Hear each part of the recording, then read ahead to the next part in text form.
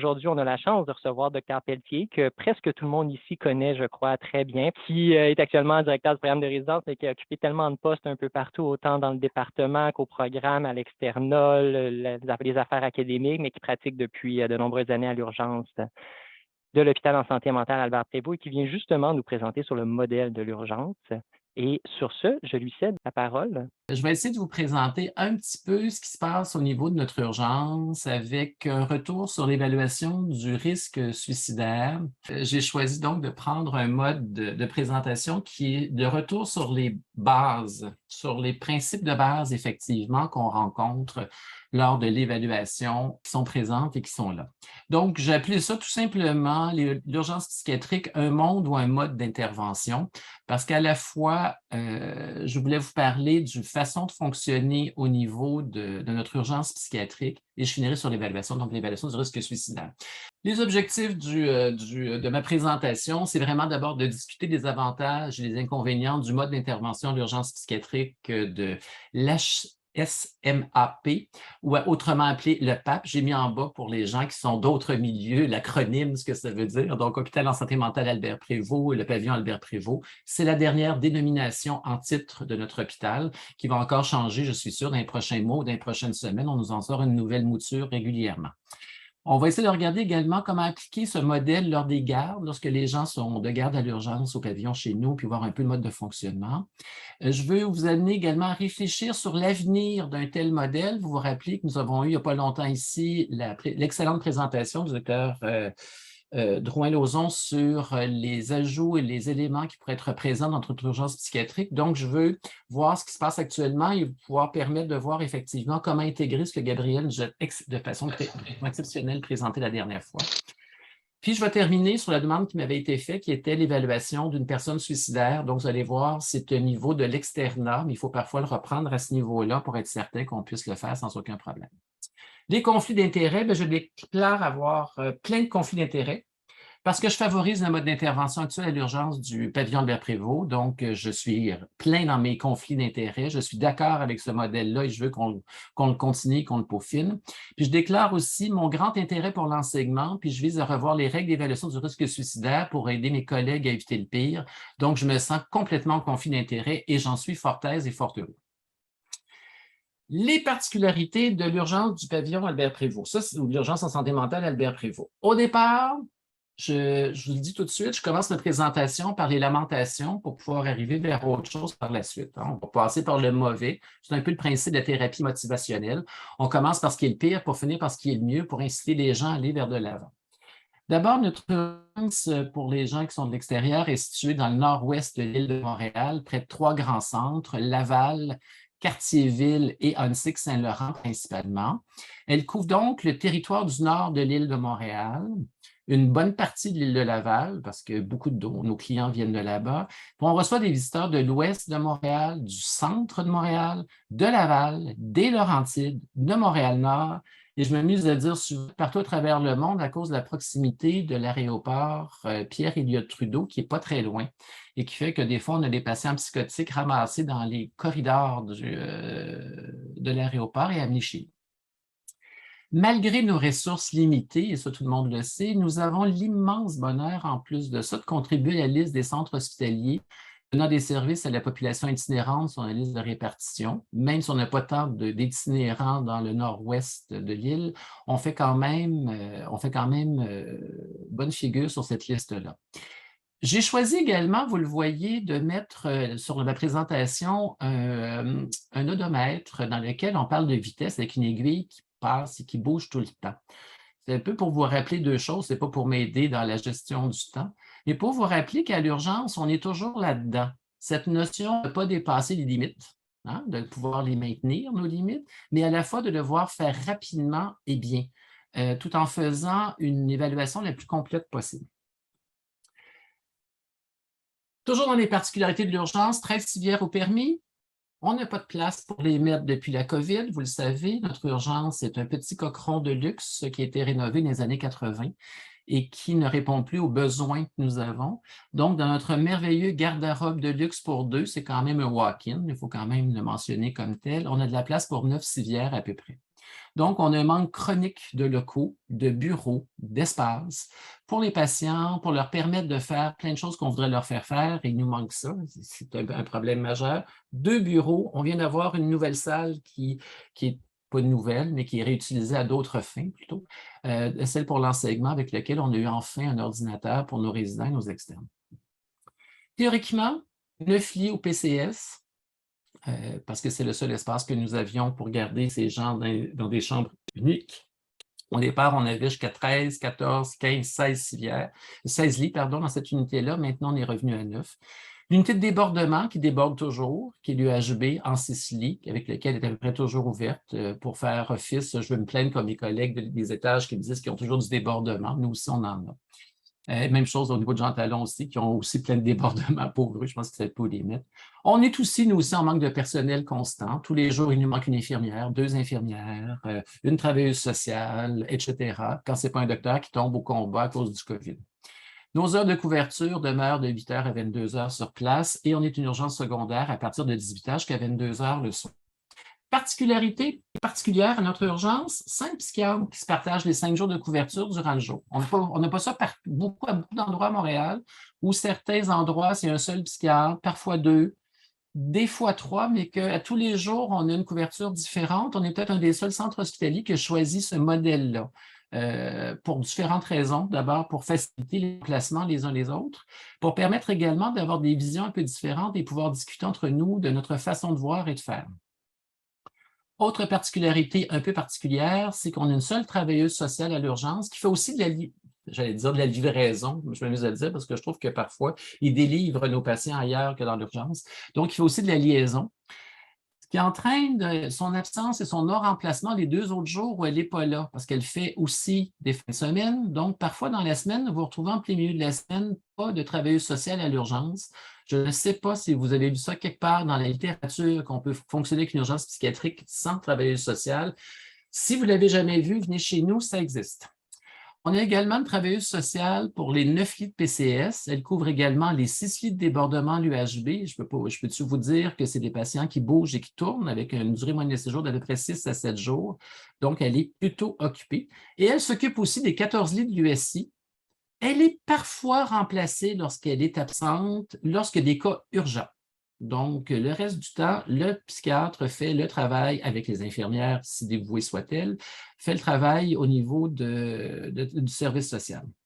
On a un poste d'infirmier à la liaison qui est présent, puis un autre poste au triage qui est souvent non comblé par manque de personnel. Donc, devant, la personne doit faire à la fois la liaison et le triage. On a donc, au fil des années, développé un mode de créativité assez important pour mettre l'emphase sur les traitements chez nous. On aime bien traiter, on aime bien que les gens puissent recevoir des soins à l'urgence, qu'on soit différent un petit peu de d'autres endroits. Je vais revenir à ça tout à l'heure. On est en lien avec les GASMA, puis les GASMA avec lesquels on est en lien sont nombreux, puis ils ont tous leurs particularités. Je me suis permis de dire qu'actuellement, le temps d'attente à Laval est d'1 an et demi. Dans les urgences du CIUS du Nord, il y a 3 urgences adultes, en plus d'avoir une des seules urgences pédiatriques du côté de l'Université de Montréal, celle de Rivière-des-Prairies. On a 3 urgences. La première, c'est la nôtre, celle du pavillon. La deuxième, c'est Fleury, dans lequel il n'y a pas de psychiatres qui sont à l'urgence à Fleury. Il n'y a pas de lit là-bas non plus, avec lequel, en général, les patients ou les gens qui se présentent à l'urgence de Fleury sont référés, sont envoyés vers l'hôpital Jean Talon la majeure partie du temps pour recevoir une évaluation psychiatrique. Mais malgré le fait qu'il n'y a pas de psychiatre, qu'il n'y a pas de grande liaison à faire, il y a une infinie de liaisons sur place à l'urgence en psychiatrie. Je ne sais pas ce qu'il fait. Il est sûrement très occupé à faire autre chose, mais sûrement pas de faire de la liaison en psychiatrie parce que les gens ne reçoivent pas de patients. L'hôpital Jean Talon, toujours cette fois-ci un psychiatre qui est sur place, qui est là dans la journée de façon claire, qui reçoit beaucoup de patients, avec une travailleuse sociale et une infirmière de liaison qui ne font plus de liaison entre les urgences puisque ces postes-là, cette demande-là a été répatriée au pavillon Albert Prévost il y a quelques années. Donc, elles font, je ne sais pas quoi, du suivi, ça demeure un mystère pour moi. Je ne sais pas trop ce qu'elles font vraiment. Les modèles d'intervention possibles. Bon, Là, je me suis axé sur les modèles qui existent dans la littérature et qu'on voit beaucoup, un peu partout. Beaucoup de gens vont axer le modèle d'intervention à l'urgence sur une notion très claire, c'est on garde le patient, donc sur la finalité, la finalité de ce qu'on veut qui arrive au patient, on garde le patient, on lui donne congé. C'est la seule question auquel on veut répondre, est-ce que le patient doit être gardé ou avoir son congé? Il y a certaines urgences qui fonctionnent sur ce modèle-là et souvent, j'ai des collègues qui me disent de toute façon, c'est à cette question-là qu'il faut répondre, point à la ligne et rien d'autre. Il y a d'autres urgences qui ont choisi volontairement de s'impliquer sur un modèle tout à fait différent, qui est celui du diagnostic. Donc, on fait tout pour peaufiner le diagnostic à l'urgence. On va travailler vraiment sur avoir le meilleur diagnostic possible, même si on sait qu'un diagnostic sur 2 à l'urgence est erroné à cause d'éléments qu'on se rend compte par la suite. On va mettre l'emphase, la lumière sur cet aspect-là pour pouvoir développer tout ça. Le troisième, qui n'est pas une question, c'est pas un mode d'intervention beaucoup développé par nos psychiatres, mais bien par d'autres professionnels autour de nous, et je dirais même certains gestionnaires, qui est axé sur le congé, donc sur la réduction du séjour. Donc, on n'essaie pas de voir ce qu'on peut faire pour le patient, on essaie de voir combien de temps il reste à l'urgence, puis quand est-ce qu'il peut partir. Hein? C'est vraiment le seul élément qui est prioritaire, le reste n'étant pas important pour ce groupe-là. J'ai vu certaines urgences qui sont axées sur les demandes du patient, c'est-à-dire qu'on se fout un petit peu de ce qu'on veut traiter, quels sont les problèmes. Le patient demande d'être gardé, on va le garder. Le patient demande à pouvoir quitter, on va le laisser quitter dans la mesure de la non-dangerosité, on s'entend toujours. Et des fois, ce n'est pas toujours approprié. Donc, on garde des gens qui devraient être gardés et vice-versa. Et le dernier, qui est celui que j'ai appelé ici sur la résolution des problèmes, mais qui en fait un modèle d'intervention axé surtout sur le traitement, sur la façon de pouvoir intervenir en situation de crise. Et c'est une forme de modèle que nous, on a surtout développé. Le modèle axé sur la résolution de problèmes, il faut, dans le cadre de ce modèle-là, essayer d'abord d'évaluer, autant que faire se peut, dans une évaluation la plus complète possible, ce qui se passe. Hein? Ce n'est pas parce qu'on fait de la résolution de problèmes qu'on coupe court à tous les affaires et qu'on prend des raccourcis. Donc, on essaie de faire une évaluation la plus complète possible, mais sans perdre son temps non plus dans les méandres des choses de l'histoire, et puis des éléments qui ne sont plus ou moins pertinents à la visite actuelle. De savoir, par exemple, l'histoire développementale de quelqu'un, quand est-ce qu'il a commencé à être propre quand il vient nous voir parce qu'il y a des problèmes monétaires à 50 ans ou qu'il ne dort pas, ça ne nous sera pas très utile. Hein?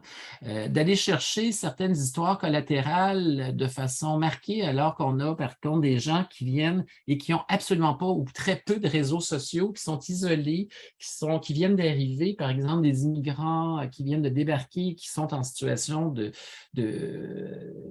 quasi-solitude et d'isolement total et qu'on veut absolument avoir une information collatérale, ce n'est pas très utile. Ou encore même de voir, j'ai déjà vu les résidents qui appelaient 6 personnes en soirée pour voir effectivement, pour avoir l'histoire collatérale la plus claire possible. Je veux bien, mais c'est parce qu'à un moment donné, je ne sais pas qui on évalue, le réseau ou le patient. Donc, il faut aussi se centrer sur, malgré la meilleure évaluation qu'on veut faire, il faut se centrer sur la problématique qu'on peut voir viser. Ensuite, ce qui est peut-être le plus difficile, je vous dirais, c'est d'en arriver à identifier ce qui dérange le plus le patient actuellement.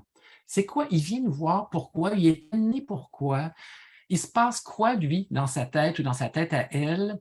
Ils veulent quoi exactement? Puis, à ce niveau-là, ce qui est le plus important, c'est de distinguer nos propres désirs à nous de ceux du patient. Souvent, on a tendance à dire, moi, je pense que c'est ça qui ne marche pas, puis c'est ça qu'il faut régler. Ce n'est pas du tout ce que le patient voit, ce n'est pas du tout ce qui vient voir, la raison pour laquelle il a décidé de venir nous voir ou de consulter. Hein? On est vraiment dans quelque chose qui est assez différent parfois. Et ça, il faut vraiment prendre le temps de s'arrêter, de clarifier ce que le patient veut ce pourquoi il a décidé de venir nous consulter aujourd'hui et les raisons qui l'ont amené à venir. Puis une fois qu'on identifie le désir du patient, il faut mettre ce désir-là en lien avec des problèmes qui se rattachent le plus possible au malaise, mettre l'emphase là-dessus. On met l'emphase sur une ou deux situations dans lequel on reprend l'histoire du patient et on dit, écoutez, ce que je comprends de ce que vous me dites et ce que vous me demandez, si vous voulez qu'on travaille sur cet aspect-là ou ces deux aspects-là actuellement, et de mettre tous nos efforts, notre énergie à pouvoir permettre d'identifier cet aspect-là, puis ce n'est pas toujours facile. Vous savez qu'on a souvent des patients en urgence mystico-gélatineux qui s'étendent et qui nous font des éléments, une histoire très, très complexe avec plein de ramifications, puis on ne se retrouve plus, on n'arrive plus à savoir ce qui est le détail et de distinguer de ce qui est important.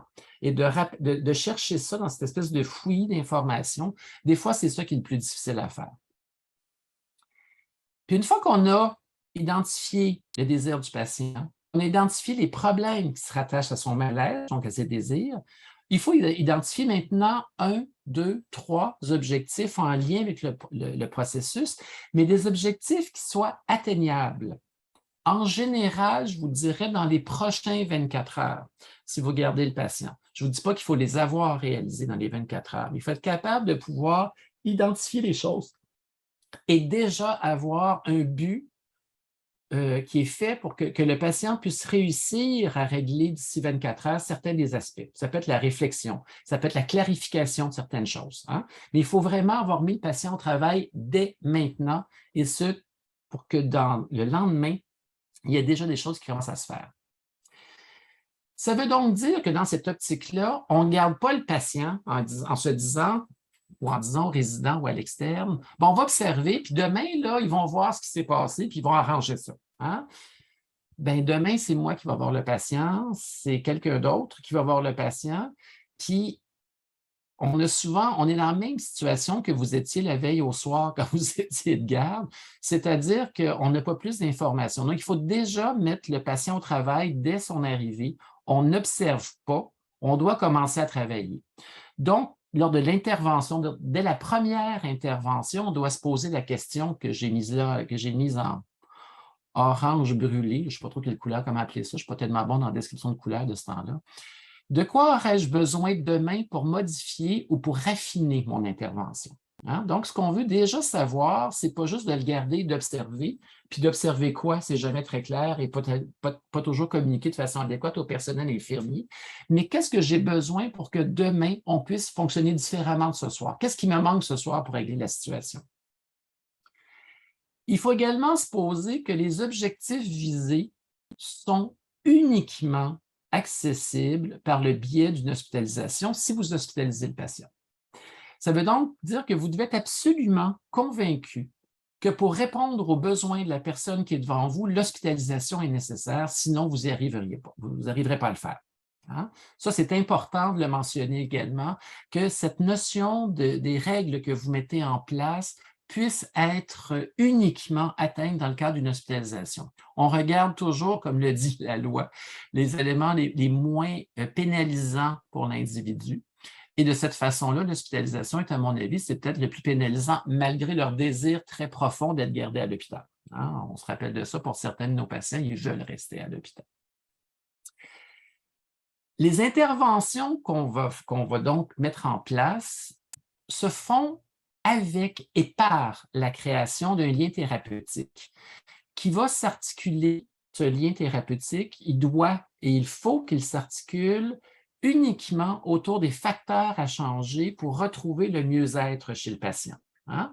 Donc, il faut penser qu'on identifie les éléments, on regarde ce qu'on fait, on regarde comment on le fait, mais il faut que tout ça, ça soit fait dans un état de créer un lien avec le patient parce que c'est la seule chose qui va rester, c'est le lien.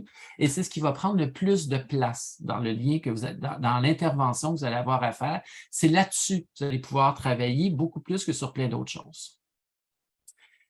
L'important dans l'intervention de crise ou l'intervention de résolution de problème, c'est de maintenir le focus sur le lien. Tout le temps. Il faut maintenir le lien avec le patient. Puis, on va utiliser, puis il faut corriger certains éléments qui sont centraux de notre intervention, mais on peut prendre différents moyens ou différentes ressources. Puis là, je me suis amusé, je suis sûr que mes collègues vont risquer de se reconnaître là-dedans. C'est drôle, j'ai cinq types d'interventions différents. Et dans lesquels on peut préconiser l'un ou l'autre. Le but étant la conséquence et le but qu'on vise, c'est d'améliorer le patient. On peut, par exemple, choisir de miser sur le cadre d'abord et avant tout. Que le cadre soit l'aspect le plus important dans lequel le patient va fonctionner. On met en place un cadre, on maintient le cadre, on demande d'être rassuré, on demande que les choses se passent bien. Certains vont prendre ça comme point central et ajouter les autres par la suite.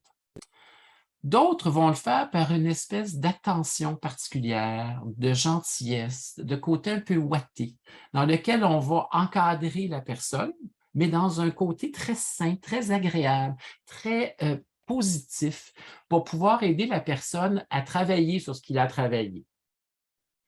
D'autres vont travailler le lien à tout prix, c'est ça, c'est le lien. On va utiliser le cadre pour créer le lien, on va écrire la gentillesse, l'attention pour faire le lien. Il n'y a rien d'autre qui existe que le lien avec le patient, puis on ne veut rien changer de ça. Certains vont choisir l'option de la pharmacothérapie, ce qu'on voit dans plusieurs urgences d'ailleurs aussi. Donc, on va créer le lien on va utiliser nos poisons, comme j'amuse à dire parfois, donc à utiliser la pharmacothérapie pour aider le patient à faire ses réflexions, à faire ses changements, à l'amener à être disponible à faire les choses. Et d'autres par une approche réseau, dans laquelle on va faire des rencontres réseau avec tout le monde, avec lesquelles on va appeler tout le monde plusieurs fois, avec lesquelles on va fonctionner que tout le monde autour doit être impliqué dans une résolution systémique du problème et non pas dans une réponse personnelle. Comme vous voyez, probablement que la réalité se situe avec tous ces éléments-là, c'est ce qui est le plus important, mais il faut savoir avec lequel nous, on se sent le plus confortable. Il faut être capable de se positionner, nous, là-dedans. Quel est mon mode d'intervention à moi dans lequel je me sens le mieux et dans lequel je vais pouvoir créer un lien avec mon patient ou ma patiente qui est devant moi. Donc, l'important, c'est de garder l'attention du patient puis celle du thérapeute sur la résolution de la situation choisie, peu importe les moyens dont je viens de vous parler. C'est vraiment là-dessus qu'il faut mettre l'emphase. Il faut créer cette dyade-là, il faut la maintenir, il faut travailler là-dessus. Si vous êtes le thérapeute principal, il faut prévoir, si vous gardez le patient à l'hôpital, rapidement sa sortie. Si vous ne l'êtes pas, vous êtes l'évaluateur qui vous le voyez dans un one-shot deal puis vous ne le revoyez pas le lendemain, promettez-lui pas des affaires que vous ne pourrez pas. Donc, on va revenir à ça tantôt.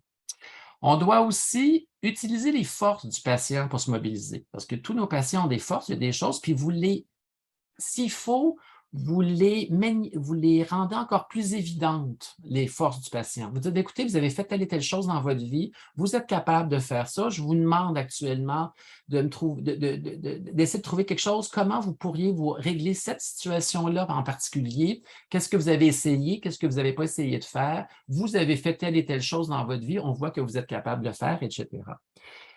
Mais également, on peut mobiliser le patient par des faiblesses. Vous savez, ça, ce n'est pas si important. Ça ne prendra pas si tant de place que ça. Je ne vous demande pas de faire ça. Puis là, vous allez avoir des gens qui vont, la première chose que vous demandez, je veux que vous réfléchissiez par écrit à certaines choses, par exemple. Ils vont vous dire, je n'écris pas bien, je ne suis pas bon pour écrire. Je me dis, je m'en contrefous, c'est vous qui allez vous relire de toute façon. Puis, c'est même pas important que la langue dans laquelle vous allez le mettre, c'est vous qui allez me le traduire quand vous allez m'en reparler demain. Donc, vous voyez, on va utiliser les faiblesses en disant, ça n'en est pas une faiblesse, vous pouvez très bien passer par-dessus. Au contraire, vous avez les forces à l'intérieur de vous pour pouvoir faire quelque chose. Des fois, après 24 heures, on est coincé avec la phrase suivante. Ça, c'est souvent l'élément qui nous arrive quand on est de garde le samedi ou le dimanche, puis que nos collègues ont gardé un patient depuis 2 jours. Là. On se rend compte que dans le fond, ils ne collaborent à rien de ce qu'on a mis en place. Il n'y a rien qui est fait, ça n'avance pas. Les réflexions, c'est une feuille de papier blanc ou un torchon de luxe qui nous est remis. Là. Puis moi, des fois, je leur rappelle que vous êtes ici pour vous traiter. Et ces éléments-là, c'est le traitement. On n'est pas un hébergement temporaire dans une urgence. On n'est pas non plus un endroit où on reste parce qu'on n'a pas de place où aller. Donc, je leur rappelle à chaque fois que si vous ne collaborez pas au traitement, c'est un refus de traitement. C'est une forme de refus de traitement. Peut-être que vous n'êtes pas prêt à changer maintenant. Peut-être que vous n'êtes pas tout à fait à l'aise de changer malgré le contrat qu'on a établi ensemble dès le départ sur les problèmes. Peut-être que vous n'êtes pas prêt à faire ça. Et ce qui est intéressant là-dedans, c'est que souvent, ça arrive après 24-48 heures qu'on réalise ça dans un passage à l'urgence au court séjour. Puis vous venez d'avoir passé la période d'impulsivité. dans lequel il y avait, par exemple, des éléments suicidaires qui pouvaient être là. On va reparler de ça tout à l'heure. Mais on a passé une certaine impulsivité, puis des fois, le patient a une réflexion suffisante pour dire « Je suis allé au bout de ce que je suis capable de faire actuellement, puis je ne peux pas aller plus loin que ça. » Puis si jamais vous gardez le patient 24, 48, 72 heures, le temps que vous avez regardé avec lui, puis que ça ne marche pas, puis que ça n'a pas fonctionné, bien, il est toujours temps de regarder est-ce que ce problème-là peut être résolu à l'extérieur de l'hôpital en lui rappelant que ce n'est pas un échec. Hein? Ce n'est pas un échec que ça n'ait pas marché. C'est de d'abord lui rappeler que si c'était facile, il l'aurait déjà fait. Donc, c'est une problématique difficile avec laquelle il y a de la misère à gérer, puis qu'il faut prendre le temps de le faire. Dans la résolution de problèmes, et c'est un des aspects difficiles à mon avis, parce que tout le monde veut jouer au héros, on a fait de la médecine, on veut sauver le monde, on veut sauver des vies, disait-on quand j'étais jeune. Mais il faut vous rappeler que dans la résolution de problèmes, vous n'êtes pas le héros, vous êtes le narrateur de l'histoire. Vous ne faites que la raconter. Hein? Vous n'en êtes pas le héros, ce n'est pas vous qui êtes le héros de l'histoire, c'est le patient lui-même.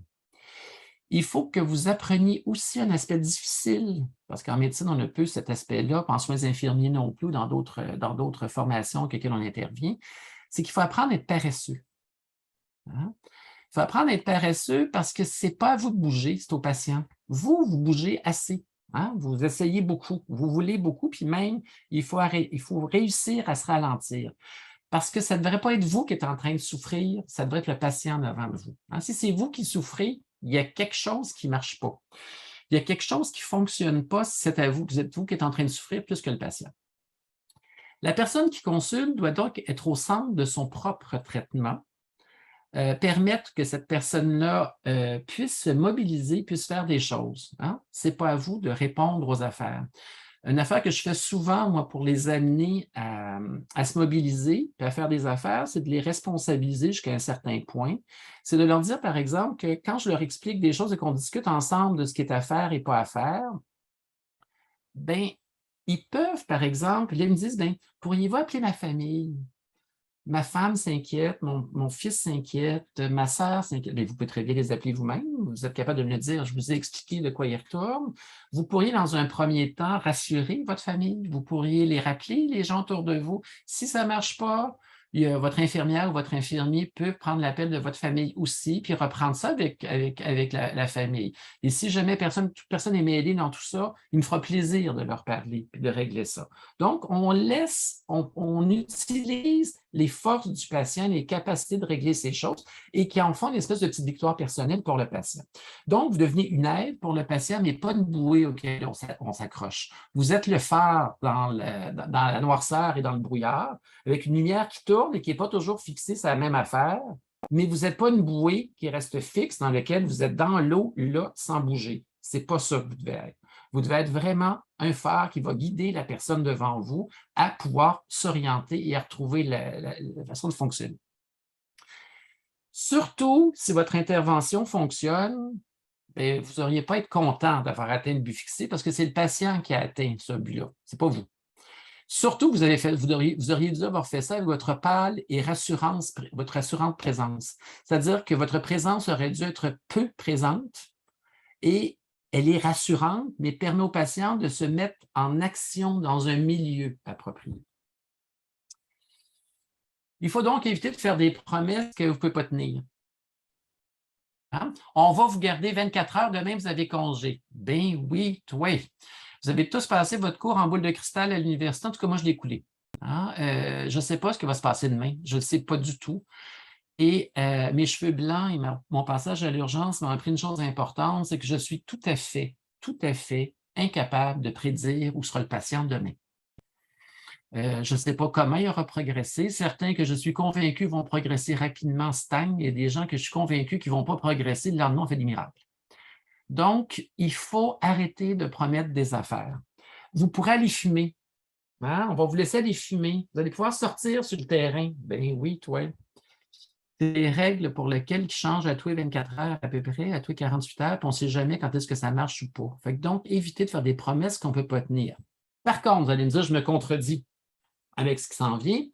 Il faut parfois faire des concessions sur des aspects qui vous apparaissent secondaires pour maintenir le focus sur le point central. Aux gens à qui vous demandez de faire quelque chose qui ne peuvent pas le faire parce qu'ils pensent juste à fumer et qu'effectivement, le patient peut aller fumer, je n'ai pas de problème à ce qu'on le laisse aller.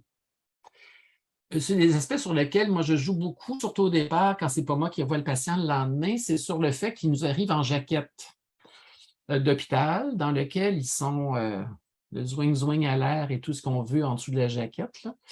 Et je leur dis, écoutez, il me semble que ce n'est pas très bon. La jaquettothérapie, c'est pas quelque chose qui va vous aider. Qu'est-ce que vous disiez si on vous faisait vous habiller? Hein? Déjà, au départ, on aurait l'impression de parler d'être humain à être humain, non pas d'un malade, d'un docteur qui sait tout. On va essayer de retrouver un peu cette notion-là, puis de façon générale, ça crée déjà un lien, puis déjà, on est en train de s'aider sur une petite affaire qui n'est pas si dramatique que ça.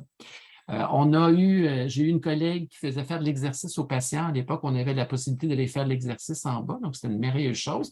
Et récemment, j'ai une collègue pour laquelle j'ai beaucoup d'admiration, puis elle le sait, qui s'est arrangée pour faire du bénévolat à l'urgence à sa patiente qui venait trop souvent à l'urgence pour lui donner une occasion de pouvoir venir dans des bonnes conditions, pas dans des mauvaises conditions. Bravo!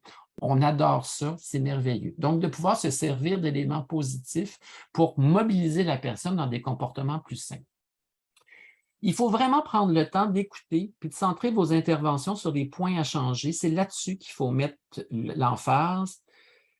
Puis, on est bon là-dedans. On sort parfois des discours de politiciens. On vient de savoir ce que c'est. On sort d'une campagne électorale. Des espèces de discours alambiqués avec des grandes phrases vides qui ne veulent rien dire, qui fait que, dans le fond, on perd le patient. Le patient comprend strictement rien de ce qu'on est en train de lui dire. Puis, on perd le but. Puis, il n'arrive pas à comprendre c'est quoi le travail qu'on veut faire avec lui. Puis là, il s'en va. Puis là, vous demandez à l'infirmière, puis, as-tu vu ton patient? Oui, il n'a rien compris de ce que tu y as dit tantôt. Ça veut dire que, donc, on a tout à fait passé à côté de l'élément. Il faut que ça soit clair, net, précis et que ça soit simple. 1, 2 buts. Donc, la main de fer dans le gant de velours qui doit être là, mais en prime avec la responsabilisation, parce que c'est au patient à faire ces choses, il peut donc être responsabilisé à partir de ça. On va vous parler maintenant du suicide. Le suicide, vous le savez, c'est un fléau du 20e siècle au Québec. Il faut aborder la situation comme toutes les autres sans maximiser les idées ni les minimiser. Hein? Donc, ça veut dire qu'il faut arrêter de mettre que vous êtes suicidaire, je vous garde. On vous garde parce que vous êtes suicidaire. On met tellement d'emphase là-dessus que le patient, le lendemain, ne nous parle que de ses idées suicidaires et non pas des problèmes à régler. Hein? Il faut intégrer le questionnaire sur le suicide dans la recherche, élément central du problème à résoudre, au lieu d'isoler le suicide comme étant la problématique unique et seule qui est là. Hein? On évite les discours moralisateurs. Hein? On peut toujours, on peut dire que c'est un mauvais choix dans la situation actuelle qui est définie, mais on arrête de dire, il ne faut pas vous suicider, vous avez des enfants, c'est difficile, ça va être pénible, etc. Puis de vous rappeler que votre rôle à vous, ce n'est pas de tout régler, c'est d'abord de retrouver une certaine forme, d'aider la personne à retrouver une certaine forme de bonheur, puis d'assurer sa sécurité. C'est elle qui doit assurer sa sécurité. Vous n'êtes qu'un outil qui lui permet de le faire. Si le besoin de garde est là, il faut, mais il faut présenter ça comme une évidence. La garde en établissement ou la garde provisoire ou préventive, c'est la conséquence au comportement qui est là, c'est pas le problème en soi, le suicide. C'est le comportement qu'on veut voir changer qui est important. Vouloir mourir, comme je le dis parfois souvent aux externes pour les résidents que je travaille, c'est la conséquence de la souffrance, ce n'est pas la cause. Et on veut s'attaquer, nous, à la cause des problèmes. On axe nos interventions sur les problèmes, je l'ai dit, puis amener l'individu à trouver des solutions créatives qu'il n'aurait pas envisagées auparavant. Donc, l'hospitalisation, le centre de crise, tout autre lieu ou moyen pour permettre la réflexion doit être là ça permet de faire le lien avec la personne de l'individu. C'est ça qu'on cherche. Retrouver le côté sain de l'individu et pouvoir être en lien avec lui. Il faut donc l'amener à se mobiliser dans un processus de réflexion et de changement. Ça, c'est un beau principe un peu fou qu'on n'arrive pas toujours à appliquer. Le suicide, rappelez-vous, le savez, aucune grille n'a démontré son efficacité sur le suicide. Donc, on va arrêter de se dire qu'il y a des grilles qui existent. Le Lecoq, toutes ces affaires-là dont on a entendu parler pendant des années, plus au niveau des infirmières, les grilles de risque, on va en parler tantôt du risque, là, ça ne donne pas grand-chose, ça nous éclaire, c'est comme un lampadaire. C'est bien bon pour s'appuyer dessus, mais ça éclaire pas loin. Ça nous donne une information très, très fragmentaire. On est tous tributaires de nos choix, de nos décisions. C'est aussi valable pour nos patients. Donc, il faut voir que le suicide, c'est aussi un choix, c'est une décision. Je ne vous dis pas qu'il faut respecter ce choix-là. Il faut l'entendre, mais de démontrer que ce n'est peut-être pas la solution appropriée à la situation actuelle. Puis pour ça, ben, il faut être capable de gérer sa propre anxiété, hein? Puis ne pas être envahi par sa propre anxiété. J'ai créé un nouveau slogan qui se dit « Un docteur anxieux rend son patient malheureux ». Hein? Plus on est anxieux, plus le patient réalise qu'on ne peut pas l'aider, puis qu'il a bien raison d'être malade, puis d'être en détresse. Hein? Parce que même vous qui avez fait des années que vous êtes, ma mère aurait dit que vous êtes usé les culottes sur les bancs de l'université, vous êtes anxieux, puis vous ne savez pas quoi faire avec sa situation. Donc, il faut trouver une façon de le rassurer. Comme la lumière est mise sur le problème qu'on veut voir travailler, puis non sur les conséquences, bien, ça va faciliter la gestion de l'anxiété au fin de votre diade médecin-patient. Ça, je pense, c'est une chose importante. Il faut souvent reprendre le fait que les idées suicidaires peuvent être présentes depuis longtemps, puis qu'un passage à l'urgence ne réglera pas tout ça, qu'il faut plutôt opter sur des solutions réalistes à court terme, surtout lorsqu'on a un individu qui vient régulièrement. Donc, c'est qui est à risque. On le sait, ce sont les hommes qui sont au milieu de la vie, qui sont autochtones, qui ont une orientation sexuelle non acceptée ou une dysphorie de genre, qui ont un trouble de santé mentale, qui font abus de drogue et d'alcool, avec une présence de suicide dans la famille, des antécédents personnels de tentative de suicide, avec des traits impulsifs et violents, puis étant victime de violence. Si vous avez ça, théoriquement, vous devez le garder à tout prix. Hein? Mais peut-être qu'il vit au sein d'une communauté très acceptante, il y a 36 000 personnes autour de lui qui ont une excellente estime de soi, même un peu trop selon vous, vous en faites un diagnostic de trouble de la personnalité narcissique. Vous voyez donc que les facteurs de risque ne disent pas grand-chose en tant que tel. C'est comme de dire que vous avez plus de chances de faire un accident de voiture si vous conduisez que si vous ne conduisez pas. Ça s'arrête à ça. Hein? Ça ne veut pas dire que vous n'en aurez pas, que vous conduisez ou pas. Ça ne veut rien dire de plus. Les facteurs de risque, les facteurs prédisposants, donc, c'est le plus intéressant, on va regarder ça, mais les plus intéressants, ça va être les facteurs de protection. Donc, je vous les rappelle. Donc, au plan individuel, la présence d'une tentative de suicide auparavant, la présence d'un problème de santé mentale, le trouble de la personnalité. J'ai mis en orange brûlé celles qui apparaissent les plus pertinentes au niveau de l'urgence, la consommation de drogue et d'alcool, qui amène une impulsivité, une orientation sexuelle non acceptée, ou une dysphorie de genre, et j'en dis non acceptée, ce n'est pas par l'individu lui-même, ça pourrait, mais ça pourrait être aussi par son milieu, qui est critique ou qui trouve ça difficile, les particuliers, qui fait qu'il se trouve isolé. Les problèmes physiques chroniques, le fait d'être autochtone, on en parle beaucoup, et surtout, l'incapacité à résoudre des problèmes démontrés dans la vie du patient. S'il y a une affaire que vous devez aller chercher à l'urgence de votre évaluation, c'est ça. Est-ce que le patient est capable ou pas de résoudre des problèmes? Au niveau du réseau de soutien, le suicide dans la famille, les problèmes de santé mentale dans la famille, les drogues ou l'alcool dans la famille, la maltraitance ou l'abandon, c'est toujours un mal vécu. Hein? Le rejet, qui soit vécu ou ressenti, le rejet qui est présent, ou encore qu'on ressent comme étant un rejet, l'isolement, les conflits avec l'entourage, les problèmes des relations amoureuses, vous savez tout ça, c'est pour ça que je les ai mis là. Ça peut vous être utile si vous êtes vraiment mal vous avez de l'insomnie le soir, vous voulez dormir, vous lisez ça, dans 10 minutes, vous allez dormir. Au plan de l'environnement, la culture du suicide, est-ce qu'il y a une culture du suicide dans la société? Hein? Est-ce qu'on cultive ce rôle-là, par exemple? L'exemple que je donne souvent, puis tout le temps, c'est celui qui est le plus évident. Les Japonais qui se font harakiri lorsqu'il y a une perte d'honneur, qu'ils ont enfreint l'honneur de la famille, ils vont se suicider. Mais il y a cette culture qui est comme acceptée ou acceptable ou véhiculée par la société. Quand on a une société qui prône l'individualité, par exemple, ça, c'est un aspect important. Est-ce que, par exemple, dans nos sociétés nord-américaines dans lesquelles on favorise beaucoup plus l'individualité au détriment de l'entraide et de la communauté, ben, on risque plus d'avoir des éléments suicidaires et du risque suicide, effectivement, des risques suicidaires. Quand les patients se sentent dépendants aux autres, ils ont l'impression que leur avenir... Docteur Dumont, quand je suis arrivé, moi, j'ai eu la chance de voir qu'il était là tout à l'heure. Quand je suis arrivé à l'urgence, il nous parlait du locus de contrôle interne ou externe, ce que je trouvais fort intéressant. Quand les gens ont l'impression que le locus de contrôle est extérieur à soi, bien, c'est sûr qu'on n'a pas grand pouvoir sur nous. Hein? Et ça, c'est un risque important par rapport au suicide, c'est les autres qui décident. Quand il y a une absence de soutien dans la communauté, évidemment, quand on est en situation de chômage, on se sent toujours un peu, ça n'aide pas en tout. pour le développement et des suicidaires. En période d'inflation, on l'a vu, quand les gens n'ont pas accès à des plaisirs ou à des façons de se soulager, quand tu n'as pas la possibilité de partir à New York une fin de semaine de temps en temps ou aller manger au restaurant, ben c'est rough sur le canapé. Tu as besoin d'avoir quelque chose qui te fait plaisir, ne serait-ce qu'un petit pique-nique ou aller faire un tour de vélo avec tes chums. L'épidémie, je ne vous parlerai pas de la COVID, vous l'avez vécu.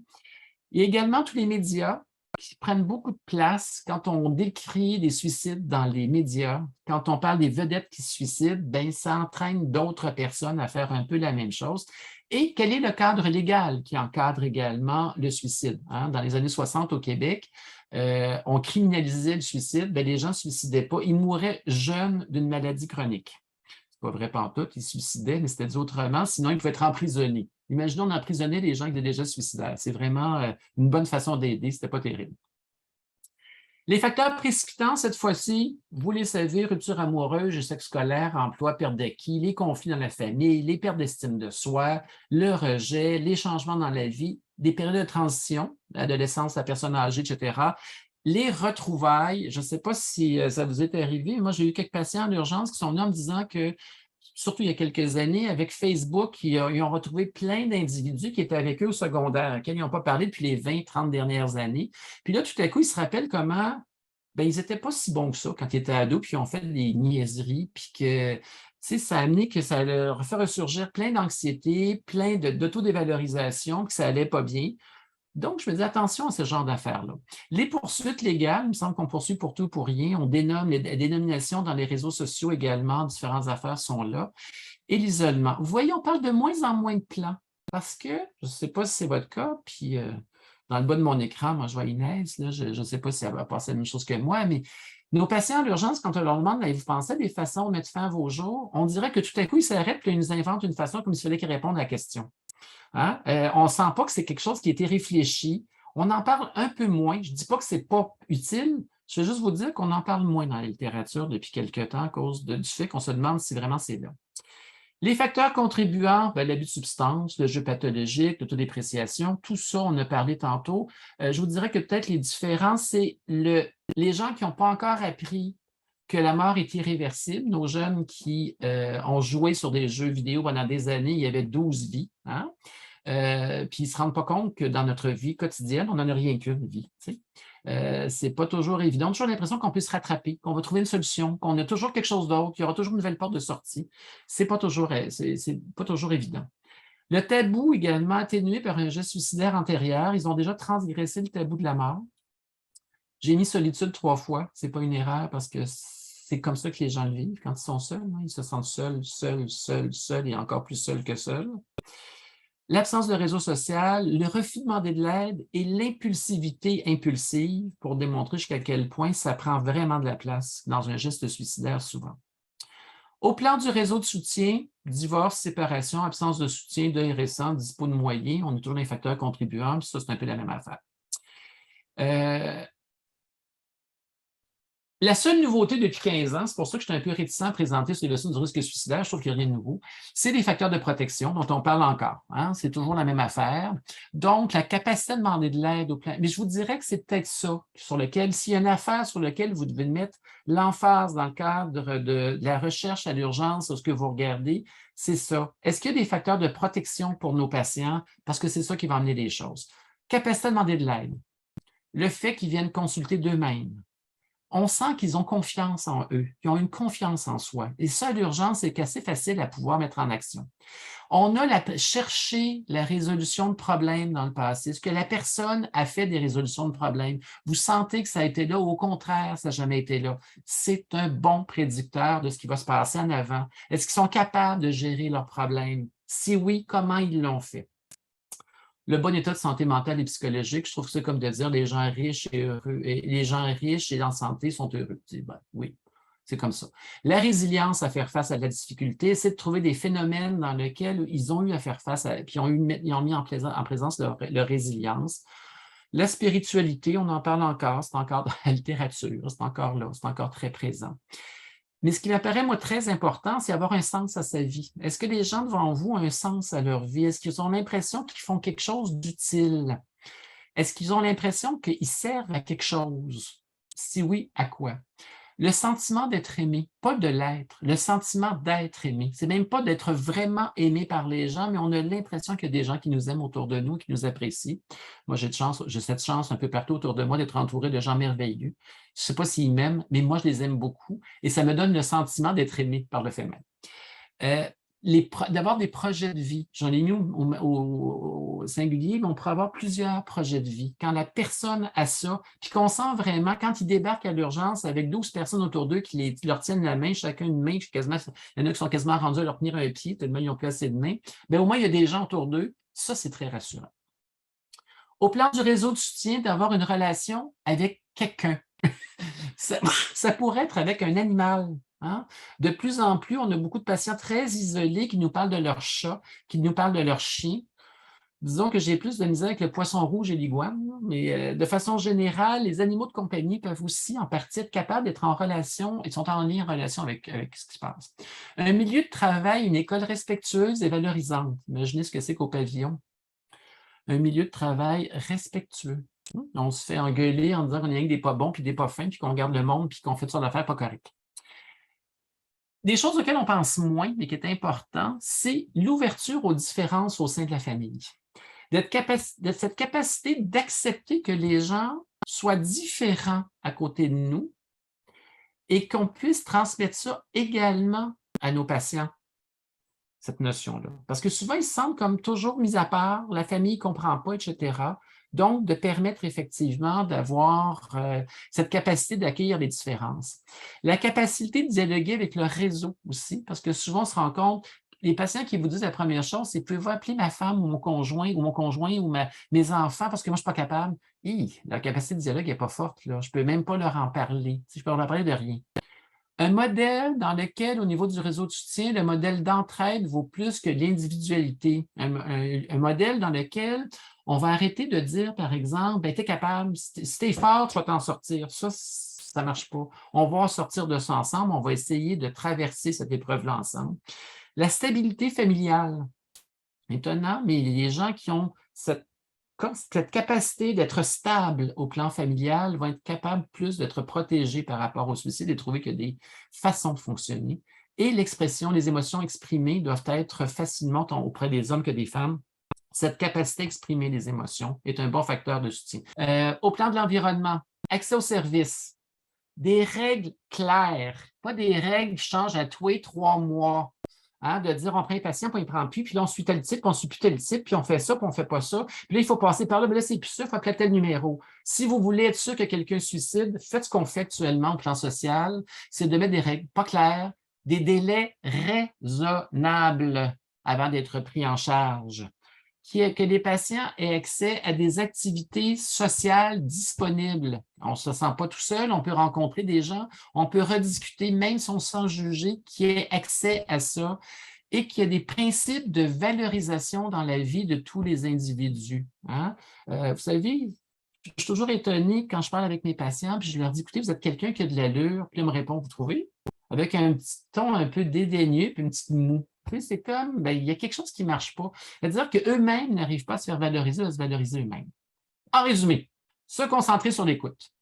Mettre l'emphase sur le problème le plus dérangeant pour le patient. Cerner votre intervention sur un seul problème. Mettez tout en œuvre pour que le patient soit dans les meilleures conditions pour régler son problème. Le suicide, c'est une conséquence. Attention de ne pas mettre la lumière que sur ça. Il faut identifier la cause des éléments suicidaires qui sont présents. Les facteurs de protection sont la clé de l'intervention.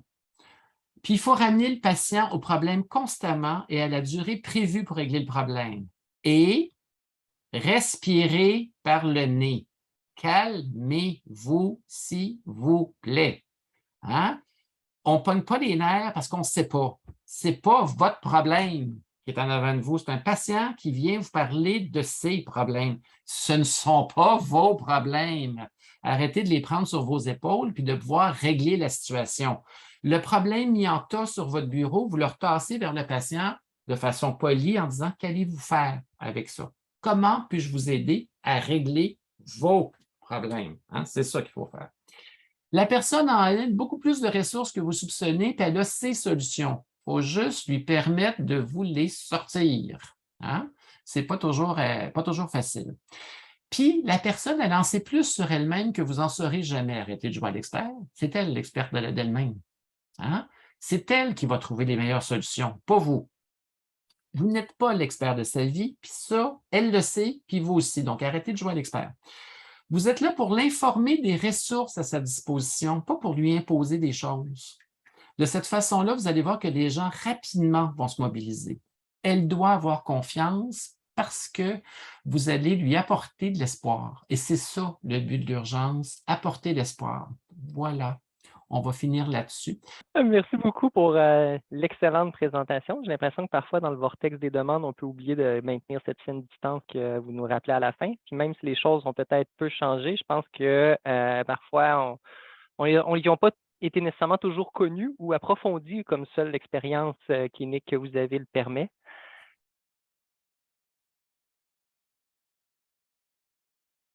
Oui, ça peut accélérer certains des éléments. Je vous le dis honnêtement, ça marche pour nos cliniques externes, mais je pense que de prendre le téléphone puis d'appeler nos collègues est tout aussi efficace. De façon générale, tout le monde est accessible, tout le monde nous répond assez rapidement. Puis quand on demande d'avoir accès à un service, on dit, écoute, j'ai tel patient, ça va pas bien, il m'inquiète, avez-vous une classe, avez-vous une façon de le prioriser ou pas? Les gens répondent toujours oui quand on les appelle. C'est rare que c'est un problème.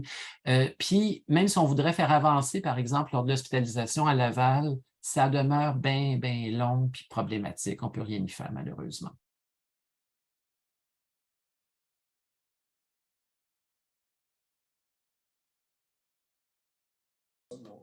Première partie, je vous dirais que c'est vrai, vous avez tout à fait raison d'avoir accès à ce qui est possible dans l'ensemble du réseau, qui n'est pas notre réseau habituel de référence. C'est vrai que ce n'est pas facile. Vous avez tout à fait raison. Puis moi, je n'ai pas de problème. Puis je me rappelle, peut-être que j'ai peut-être eu quelque chose dans le fond que j'ai laissé transparaître. Je pense pas que je pense ça. Je pense pas avoir dit que c'était pas correct de garder les patients. Au contraire, je pense que j'ai parlé plus du fait de le garder, mais dans quel objectif le faire. Que les objectifs soient clairs. Je pense pas avoir demandé qu'on donne congé de façon ni rapide, ni trop vite. En tout cas, si ça a transparu, je m'en excuse. C'était pas du tout le but de ma présentation. C'était pas du tout ça que je visais par l'exercice. Au contraire. Mais que quelqu'un me dise, écoute, je connais pas les ressources. Gardons le patient 24 heures pour le mettre en lien avec les ressources du milieu. Moi, l'objectif est clair, il est précis, c'est exactement ce que j'ai dit. Il y a un objectif qui est visé, qui est celui de dire, ben, je garde le patient, voici ce qu'on a travaillé, puis on va travailler avec ça, nous, le lendemain, on va regarder avec l'infirmier de liaison, on va regarder les choses qui sont disponibles et qui se passent. Donc, vous voyez, c'est assez clair pour ça, pour moi, c'est pas un problème. C'est ça l'objectif, à travailler, on va le travailler autour de ça, puis il y aura un congé rapide. Pour ce qui se passe par rapport aux médias, écoutez, moi, je pense que le travail qu'on fait est un travail difficile, un travail dans lequel nous avons effectivement pas tant de repères que ça. Hein? On doit se baser sur des évidences, sur des éléments qui nous semblent les plus probants, sans nécessairement pouvoir s'appuyer dessus. On est dans du jello pas pris. Donc, à chaque fois qu'on essaie de s'appuyer sur quelque chose, ben, le pied s'enfonce dans le fond du jello et on est mal pris. Il faut donc pas avoir non plus une conscience une confiance en soi trop grande et qui nous fait prendre des décisions qui seraient inappropriées.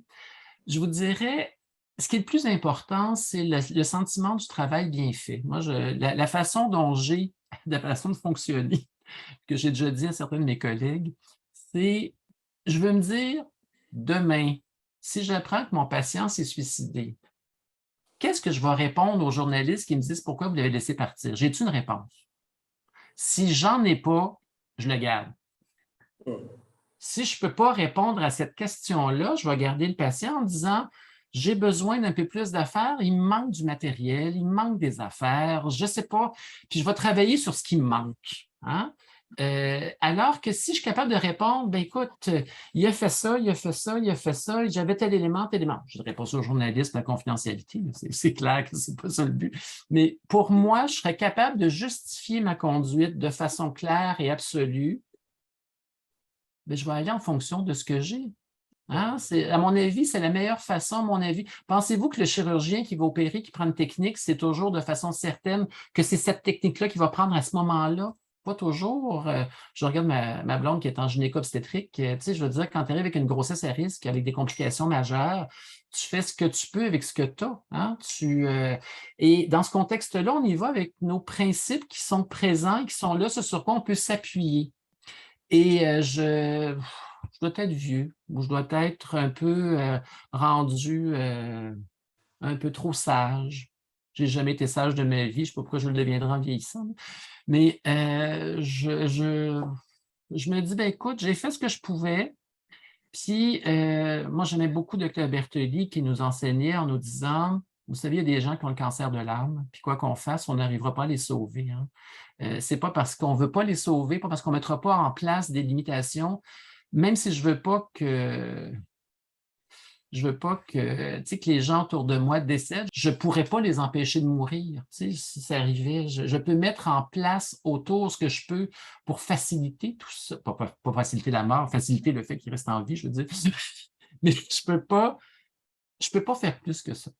Hein. Et c'est ça, à partir du moment où je fais ce que j'ai, j'utilise les moyens que j'ai pour pouvoir répondre à cette situation-là. Moi, je pense que dans ce contexte-là, je pense qu'on peut réussir à faire un travail qui est approprié. Puis dans le doute, on garde. Hein? C'est pas, on n'est pas là de toute façon. Je peux vous dire que nous cinq, je pense, là, je parle pour Andréane, pour Inès, pour Alexis et pour Renoir, mais je pense qu'elle pense comme moi. Le lendemain, on sait très bien que le patient que nous, on voit le lendemain, ce n'est pas le patient que vous avez vu la veille au soir. 24 heures dans une urgence, ça change quelqu'un en tabarouette. En tout cas, moi, ça me changerait. Là. Puis, on est tous conscients de ça, qu'on n'évalue pas les mêmes affaires.